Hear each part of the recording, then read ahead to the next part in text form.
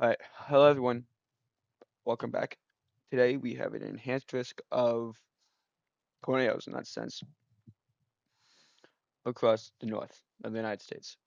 Um, the enhanced risk is clearly right there. Tornado risk. There's a significant chance of a tornado in North Dakota and Minnesota, specifically Fargo, Moorhead, West Fargo, Jamestown, and Bemidji. I'm butchered that terribly. I did not read this, so we're gonna use that again as just so I know what's actually happening. But we're gonna do that right now, actually. But to summary for here, at least, severe thunderstorms are likely this afternoon and tonight from the eastern Montana, easternward across the northern plains and into upper Mississippi Valley. Tornadoes, winds greater than 75 miles, and hailstones greater than 2 inches in diameter all be possible. There is a significant wind chance and there's a significant hail chance with this too. So that's not good. Just to actually see what's happening real quick. Ignore everything you see.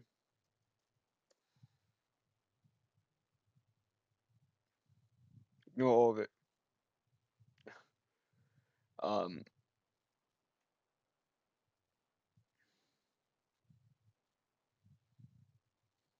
hmm, sorry. The summary of forecast. Northern plains up Mississippi Valley, ongoing activity, thunderstorms across Minnesota, Iowa, and Wisconsin this morning are weakening as low jet fades. So obviously going. Yeah, I want to mention real quick. Yesterday was crazy. There wasn't a video or live stream needed yesterday, but yesterday was crazy. There was a PDS tornado warning that came through right around this region, around here. It, as you can see, my location is down there, so it came very close to me. Very scary. I'm not gonna lie to you. I got ready to go in the basement, but I'm very much okay right now. So this is what they're looking at for the Iowa storms this morning. They're showing a lot of signs of weakening, and they should not be. I mean, these storms appear very strong, but they are weakening, and this is nothing to really worry about right now. Back to what ChatGPT said. Atmosphere setup. Very moist air. Dew points in the mid 60s, eastern Nebraska to low 60s, southern natural North Dakota. Surface features. Low pressure near South Dakota, North Dakota border with warm front stretching through almost to the northeast. Nebraska, Iowa, and Missouri. Afternoon evolution. A stronger low level developed in western South Dakota with a warm front pushing into central Minnesota. So,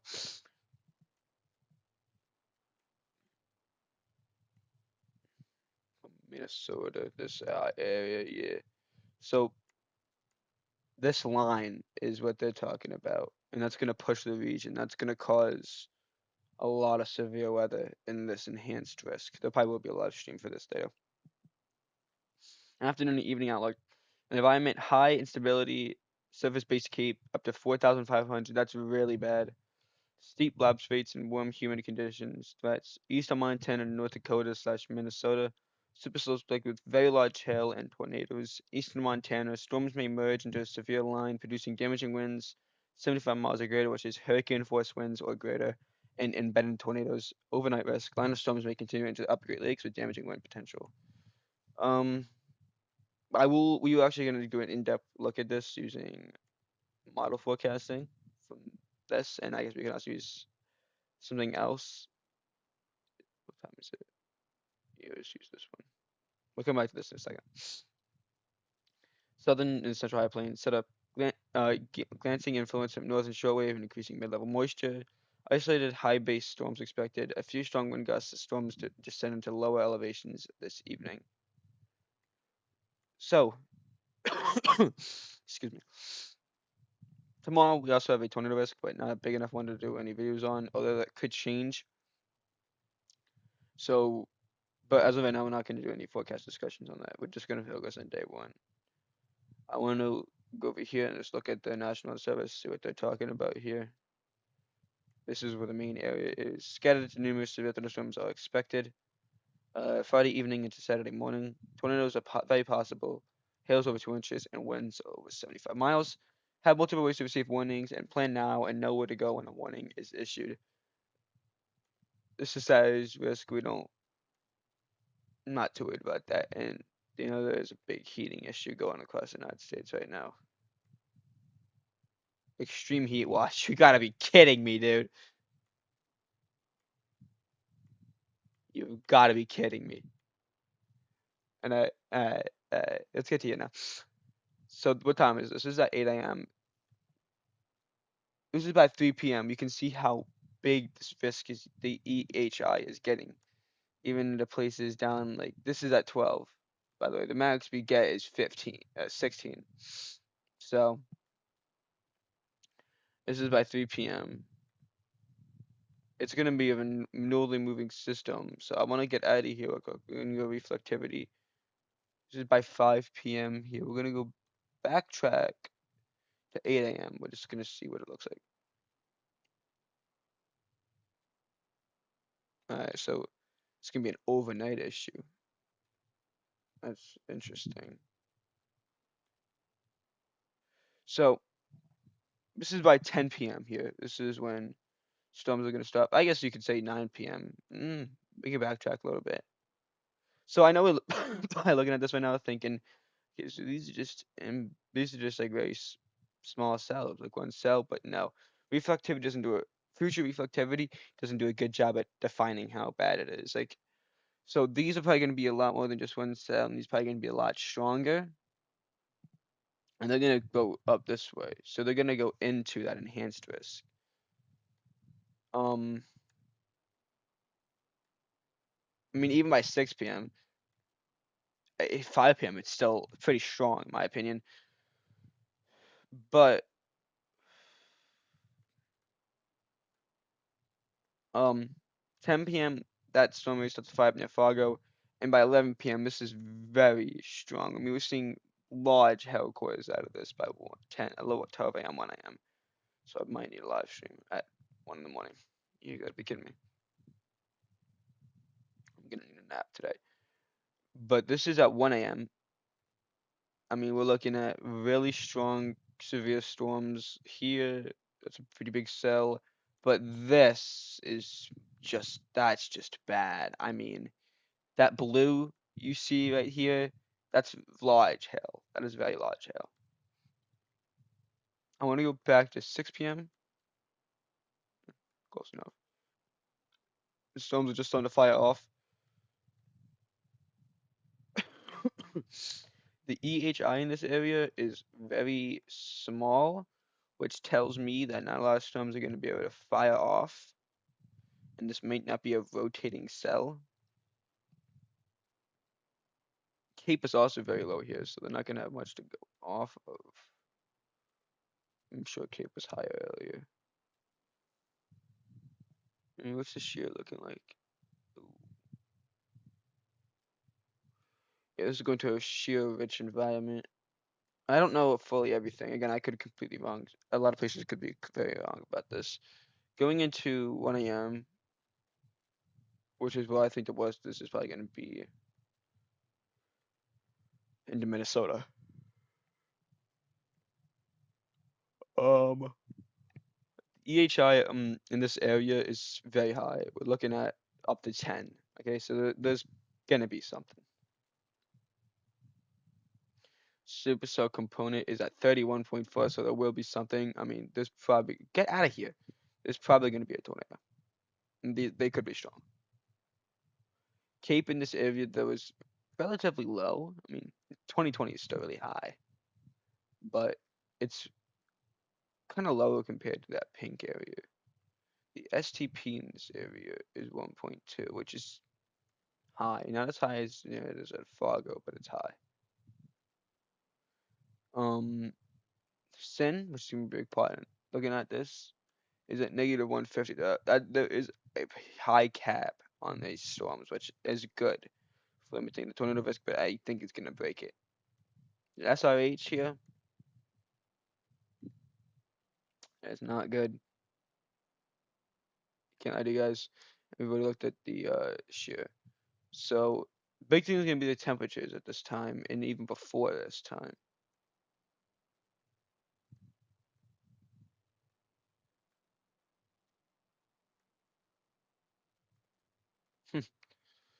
All right, it's kind of low. Uh, So what this is telling me is that there's a really good chance of strong tornadoes. Very good chance. Looking at satellite imagery as of 10:09 a.m.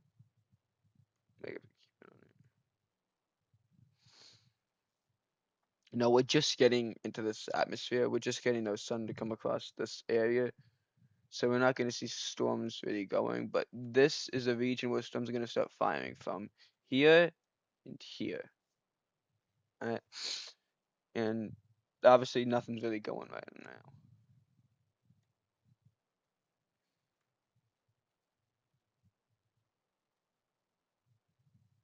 Hmm. I'm kind of seeing some supercell formation audio over here.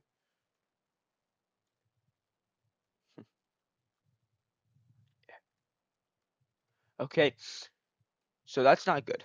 It's not good in the slightest. Um, I mean, this is very bad. It's gonna be a very severe day. Not as bad as other days, but there is a really good chance we could see a few severe storms in these areas. Looking at the GFS model, I'm not done, don't worry. I'm not done. There's still a few more things to do. But looking at said GFS model, when is this? Okay, I'm just gonna refresh it. 8 a.m. They're kind of downplaying this. I mean, it's snowing up here. Wow. And that's gonna push itself through Canada, and that's gonna make its way over up there. And then there's another storm that's gonna form and create a long line of severe storms.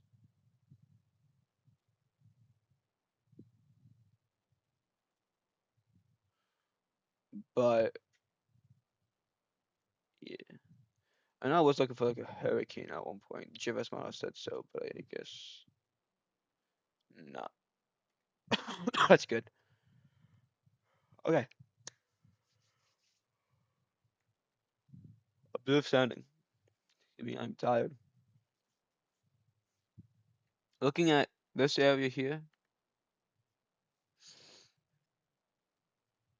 Cape is kind of low. Actually, that's yeah, it's Cape.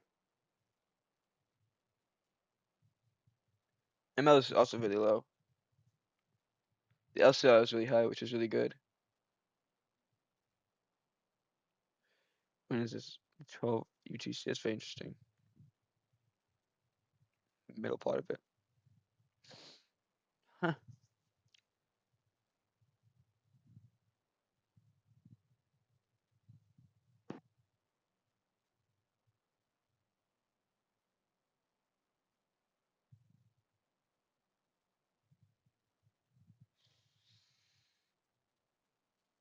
Interesting. Huh. That's interesting because most of it's low. We'll get another one at 8 o'clock. And I'll probably be live by then. So I don't worry. But, long thing.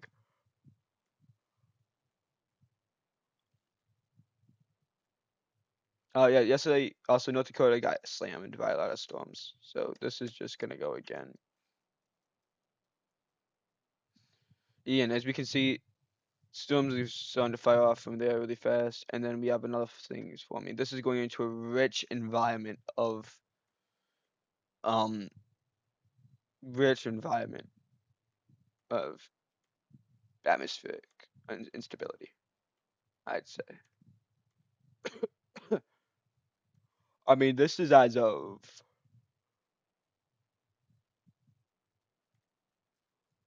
All right, we're not gonna get too far into this, unfortunately. So I'm gonna do back to here.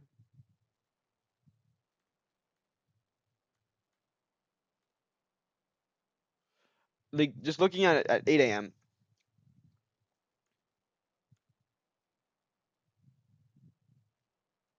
The EHI is very low. It's going to say south for as of 8 a.m., which is okay if you want tornadoes. I wouldn't want to see this place get hit. We're gonna start at 12 at 1 p. 12 o'clock. Still pretty high over in this area. And this is by only at 12.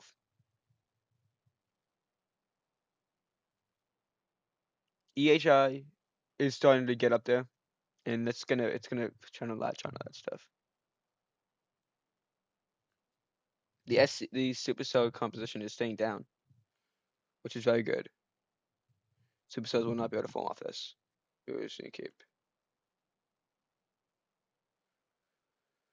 The STP is staying very low, but it will not do that for the whole time, unfortunately.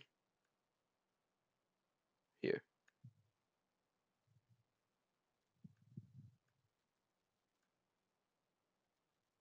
5 p.m. The EHI is getting up here now, which is very bad. We cannot have this happen. That's very, very bad. What's going on here?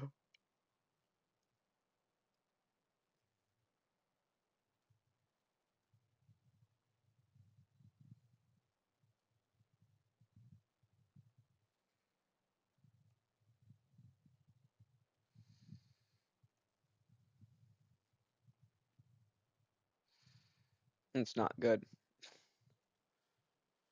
The supercell composite is staying relatively low still, and this is at 5 p.m. Well, again, I'm specifically watching this enhanced risk. I'm not like watching anything else right now. Cape is staying relatively low, which is really good. But I mean, still places up in here, reaching 3,000. So that's really high. Main question. We already looked at STP, did we? I don't remember. But still staying relatively low.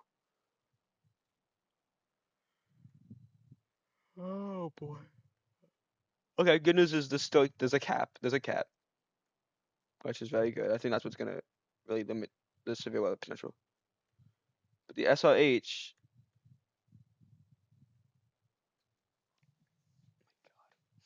is really high.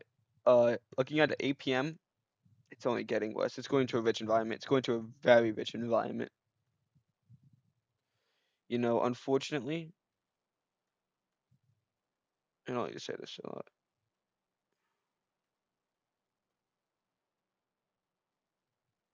Wouldn't be surprised if they go moderate. I think, yeah.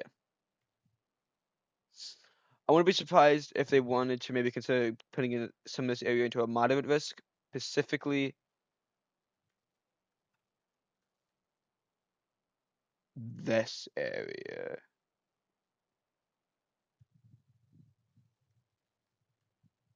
Like this area. Would be probably more of a moderate risk. I wouldn't be too surprised if they would do that. So that is really bad. Yeah. We will be back, probably live streaming. Yeah, not probably. We will be live streaming whenever the first master schedule session goes up from the Storm Briefing Center. So whenever that happens, I expect it to be at like 6, 7 p.m. So maybe even 8. But it could minimum 5 p.m. But yeah. Be rather aware if you're in this area in the north. It's gonna be bad. I will see you guys later today.